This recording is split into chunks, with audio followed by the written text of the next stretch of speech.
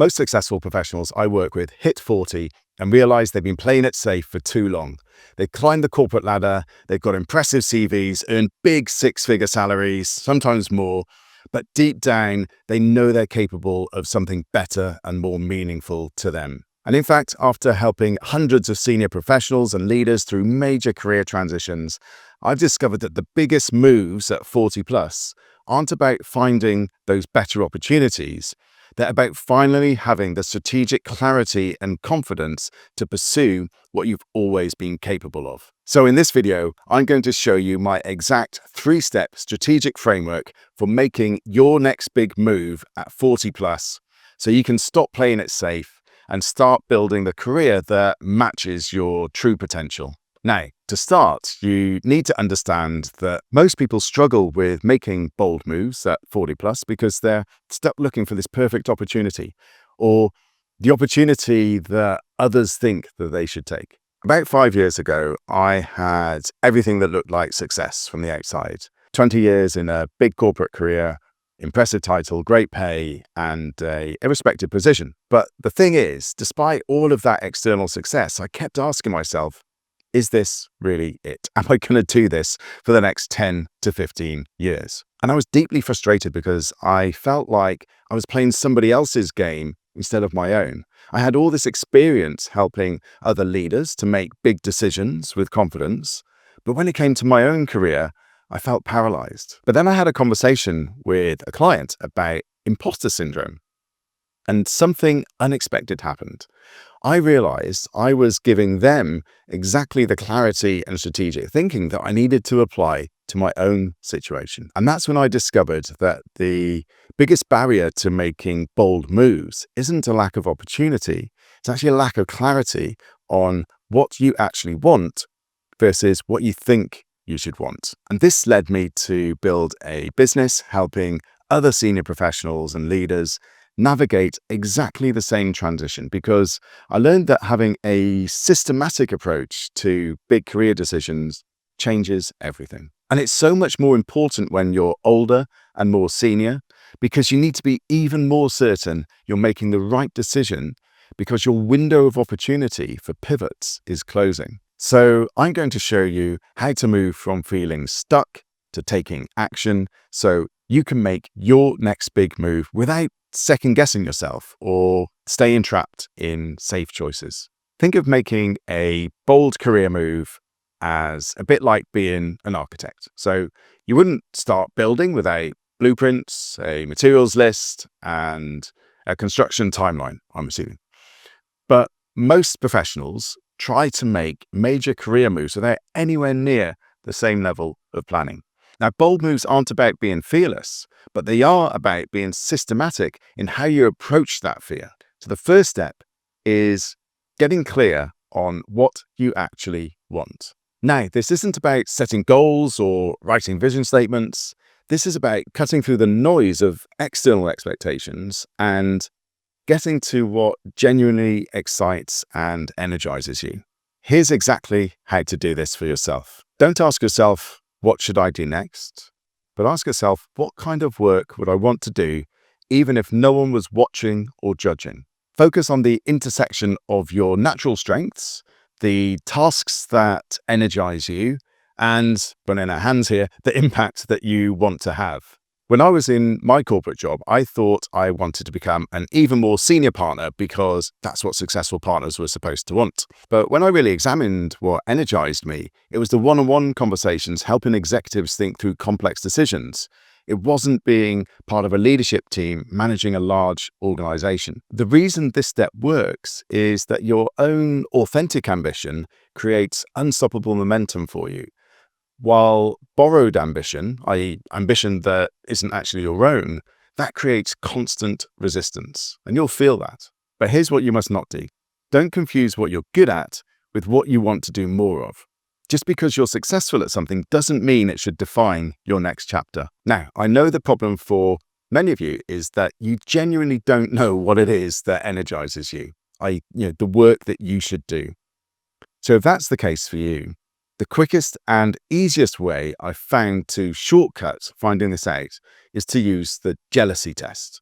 Identify those colleagues of yours, your friends, family, even people on LinkedIn, where you see that the work that they do sparks a little envy in you, because that envy is often a clue to what you wish you were doing more of yourself. And instead of ignoring that jealousy, use it as a compass.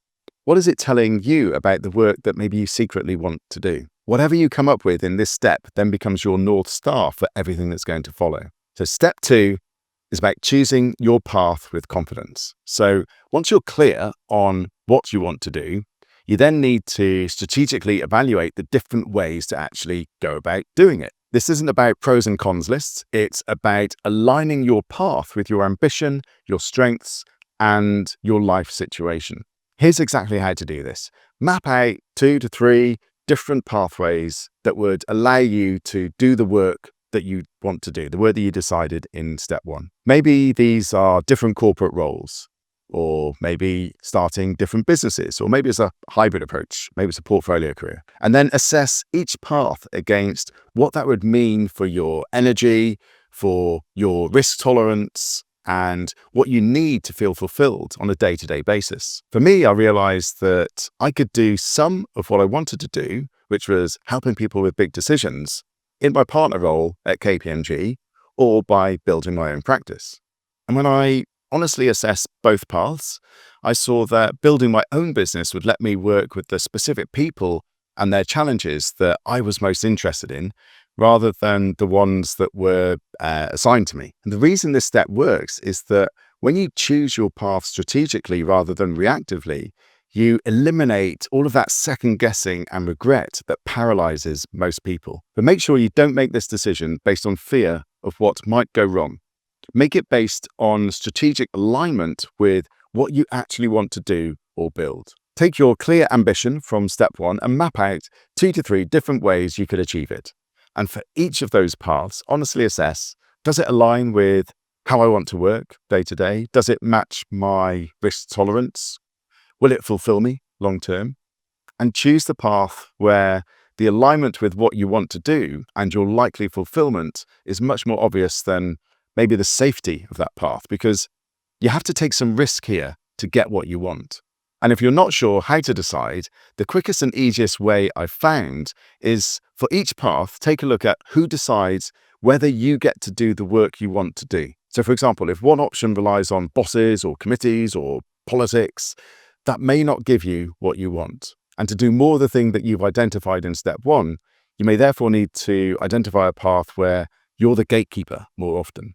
So that might mean a different corporate option, or maybe your own consultancy business where you have more say over what you're doing. Okay, so step 1, you've decided the work that you want to do, your North Star. In step 2, you've decided which particular path you're going to go to get after that work. Step 3 is all about building your plan. Now, this is where most people fail. They've got clarity, they've chosen their path, but they try to do everything all at once and they get overwhelmed. Or they just don't know where to start. So instead, you need to break down your big move into strategic phases. Here's exactly how to do this. Split your next 12 months into 3 phases. The first 90 days, months 4 to 9, and then the last 3 months. And in the first 90 days, you want to lay down the foundation with quick wins that build momentum on your chosen path. Then, in months 4 to 9, you're going to execute your plan upon those foundations that you've just built. This is where you get momentum. And then in the final quarter, wherever you've got to, take stock, consolidate your wins, and position yourself for what you need to do next. Here's how that looked for me. So when I left my corporate job, my first 90 days right at the start of 2023 were about getting my first few clients and proving the concept. Then months 4 to 9 were really about building consistent revenue and refining what I was offering. And then the final quarter at the end of 2023 was about establishing myself as the go-to person for senior career moves. If you're following the corporate route, maybe you want to get onto your company's executive committee.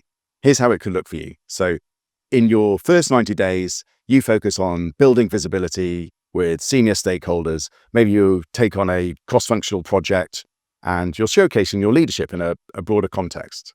In months 4 to 9, you could then make sure you're building your successor so that you can step out of the detail and show that you're ready for the next level.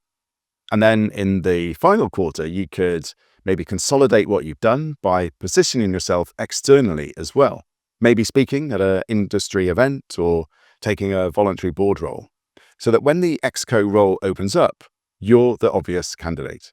The reason step 3 works is because strategic sequencing gives you a place to start, and it also prevents overwhelm from trying to do too much all at once.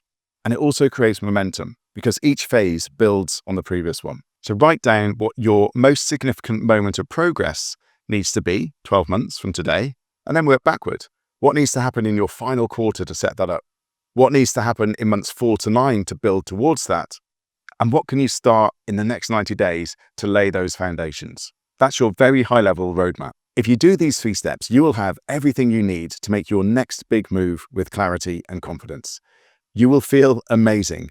Everyone I've done this with does. So if you want to make your next big move at 40 plus with complete clarity and confidence, start with this 3-step framework I've just shown you. Step 1, define the actual work you want to do. Step 2, identify which particular path is going to enable you to do that work. So, what type of corporate role, what type of business, or maybe a hybrid option. And then step 3, create a 12-month strategic plan, just like you would for any other work project. If you want to work through this process in detail with other ambitious professionals and leaders, I run a program called Atomic Ambition, where we dive deep into each of these steps. It's designed for successful professionals and leaders who have a big career decision to make so that they can be happier and more fulfilled. You can find more information in the description below. But making bold career moves won't work unless you can break free from the professional limiting beliefs that keep so many high achievers playing small despite their success. So watch this video next, where I shared the 4 lessons that gave me the courage to finally leave my 20-year corporate career. Because understanding what it really takes to step outside your comfort zone is essential for making any bold move with confidence.